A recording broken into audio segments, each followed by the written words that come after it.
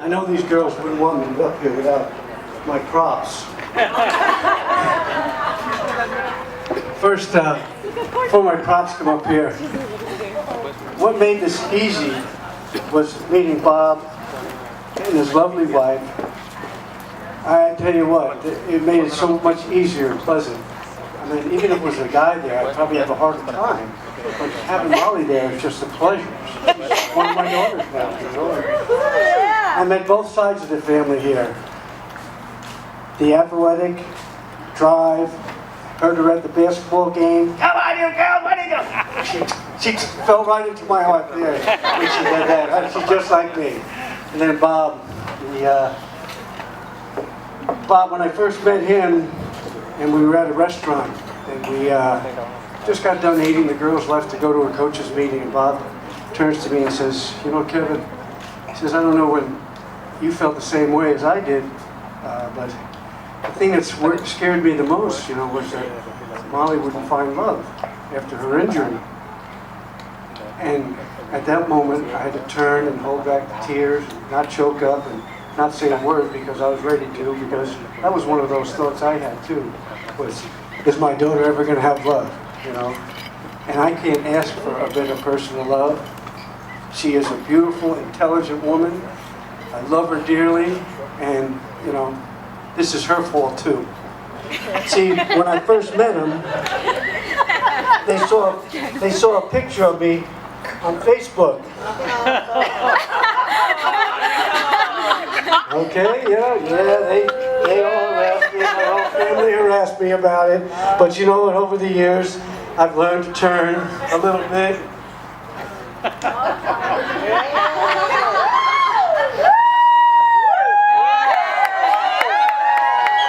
And they gave me the hat. I had to have the extra decorations up here. You know, make America gay again.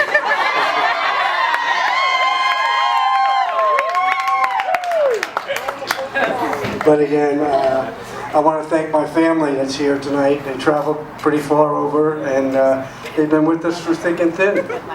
And this is probably a moment that they weren't sure about either, and they're amazed. I see the smiles on all my brothers and sisters' faces, and aunts, your aunts and uncles, and it was just amazing, you know, how they all come together and, you know, put everything away. And same thing with Molly's family. Took us in like we've known each other for years.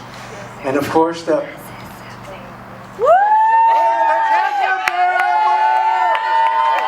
Shield Maiden's in the house. Wait, we got somebody over here next to you. Watch out. And people came from all over, and I really appreciate it. And, you know, 30 years ago, 25 years ago when we had Courtney, you know, I had all those dreams of grandeur. She's going to find a doctor. Well, she found a doctor. I forgot when I prayed to God that I wanted a man. But I tell you what, a man can't fill her. She's blind. She's a beautiful woman, and I love you both dearly. And, you know, in closing, I've done a lot of races with these two, and they made sure that some of the things that they did was, we were in Tucson and swimming, and we went to the pool and doing laps, and I've started swimming, I'm doing my laps. Molly jumps in the pool and starts doing her laps. Next thing I know, she's passing me. I'm saying, wait. So I started stroking a little harder. I'm looking at the clock saying, okay, is it 30 minutes? Oh, we're done. And then Courtney, with her delicate smile, says, I think you two ought to race. And I looked at her, and I looked over at Molly, and she had the same look. I want to kick this old man. And lo and behold, I said, no, I ain't doing that. I'm a little tired. You know, I did this and that, and then, you know, then they called me up again. Hey, we're doing a sprint triathlon. You want to come out with us? Oh, sure, I'll do it with you. So I grabbed my mountain bike and everything, and there I am, trugging it along. And of course, we start the run, and I'm at mile 1, and they're heading back already. Whoa, how am I going to beat these two? So I get on my bike, and I'm on this mountain bike, and they're on theirs, and it's a big loop, and it's uphill and downhill, uphill and downhill. And I said, I'll catch him here. Lo and behold, I didn't see him nowhere on that up and down. I think that to this day, I still believe they only did 2 laps, and I did 3. They're supposed to do 3. I think they only did 2, but I don't know. But then again, here I am crossing the bike finish line, and I'm headed to the pool, and there they are standing at the pool edge clapping for me. Oh, they let me know when they won their gold trophy, the medal, and their other 2 medals. And then the next time, I said, that's it. I went out and got my bike. I got everything. I'm ready. I trained for this next race. And we hit it. And I run real well. I know I can't keep up with them in their chair, but I stayed close enough where I could catch them on the bikes. So we get to Tin Man Mountain, straight up, mile down. And I remember that mountain because I passed Molly right as she hit the bottom of it. Passed Courtney up maybe halfway. And lo and behold, God said, wait a minute, Kevin. And the lady I passed, who wasn't in the chair, was on a bike, passed me on that mountain. And I said, oh my God, I can't beat you, women keep beating me down. But the reason I'm mentioning this mountain is because, unlike a race, you go up to the top of the mountain, you have to go to the top of the mountain, and you feel miserable all the way up there. Then you start coming down, and life is, I pray that both of you have small hills and valleys in life.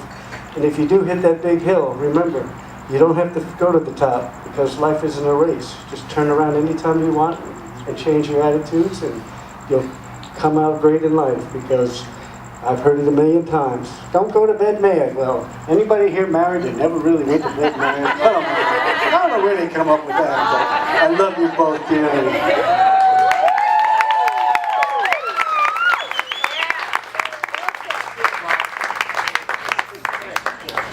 I warmed them up for you.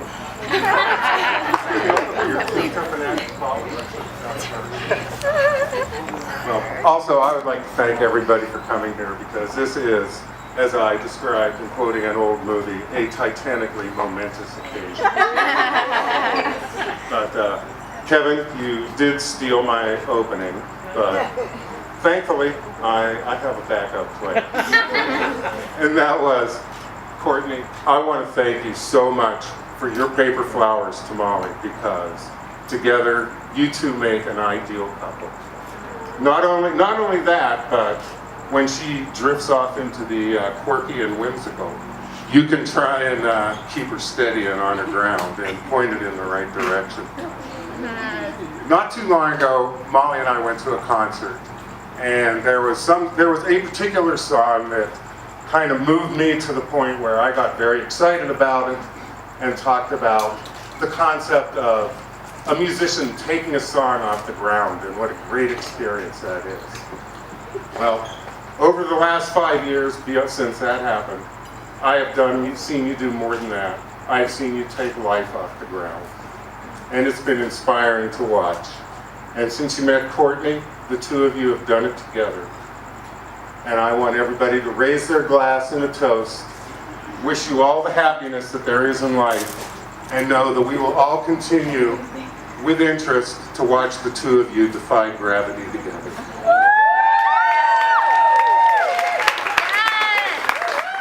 Alright, mine's going to be pretty short anyway, so I'll just go first.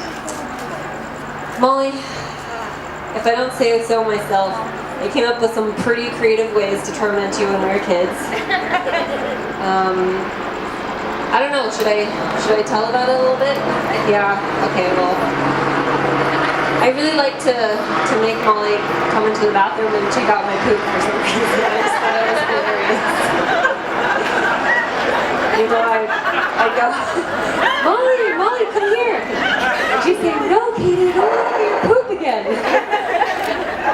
But of course, she really wanted to impress me, so she'd come look and she'd get really grossed out and start gagging, and Mom would come back and say, what's wrong with Molly? Oh, nothing, she just doesn't feel very good. So I guess, I don't know, the point of my story is that you, both of you, are huge inspirations to anybody who's ever come across you in their lives, and I hope that my tormenting you as a kid maybe sort of helped in that way of making you stronger. I don't know. Maybe paved the path for Courtney to come in and torment you in her beautiful ways. Our family union is, I think it's a match made in heaven. Like, holy cow, did you guys see these decorations? Like, woo, man, Patty, yeah. Oh yeah, I'm really glad that you are part of the family now. This is amazing. Yeah, lots to learn, so, from you guys and nations. Cheers.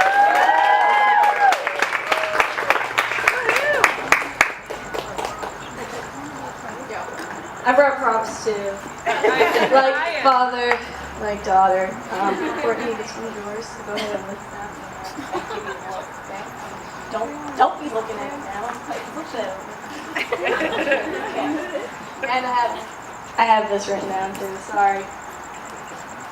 I like your decoration. Thank you. Okay, so for those of you who don't know, my name's Caitlin, and I'm Courtney's older sister. I was there the day this little troublemaker was born. So close, in fact, I could have caught her myself. Thank you, Mom and Dad, for that. And now Courtney was given the middle name of Anne, and that's, to be clear, that's Anne with an E. If you know anything about Anne of Green Gables, and if you don't, I'm sorry, I'm just not going to get it. But if you do, then that's great. Then you couldn't imagine a more inspired middle name for a person. And I'm going to go over some similarities right now. One, Anne Shirley is described as having a pale face with freckles. Check.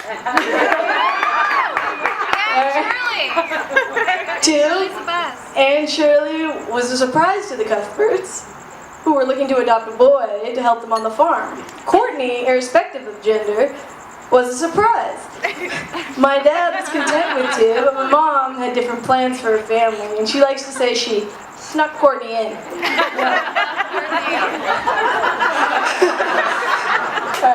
Three, Anne Shirley was fiercely competitive and wasn't afraid to mix it up with the boys. And if you watch Courtney play basketball, then that goes without saying. Her motto being, anything you can do, I can do better. Alright, four.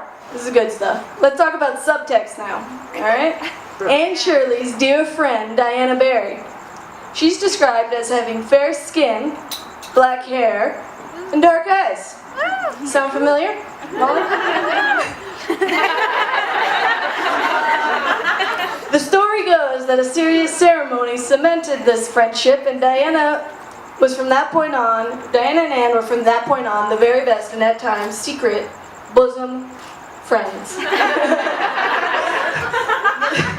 The vow of friendship that was recited in the story went a little something like this. I solemnly swear to remain faithful to my bosom friend for as long as the sun and the moon shall endure, and as long as my mother doesn't find out.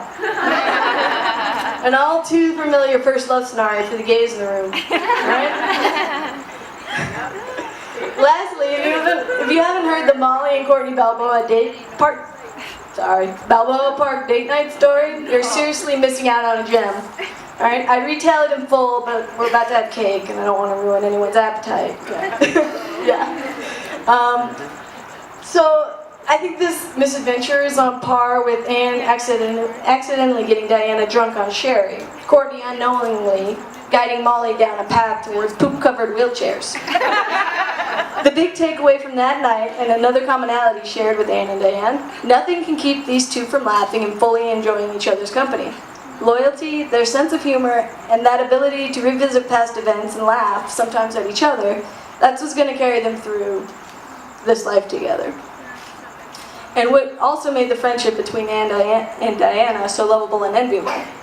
So these are just a few of the similarities between the fictional characters in the series and the characters we're here to celebrate today.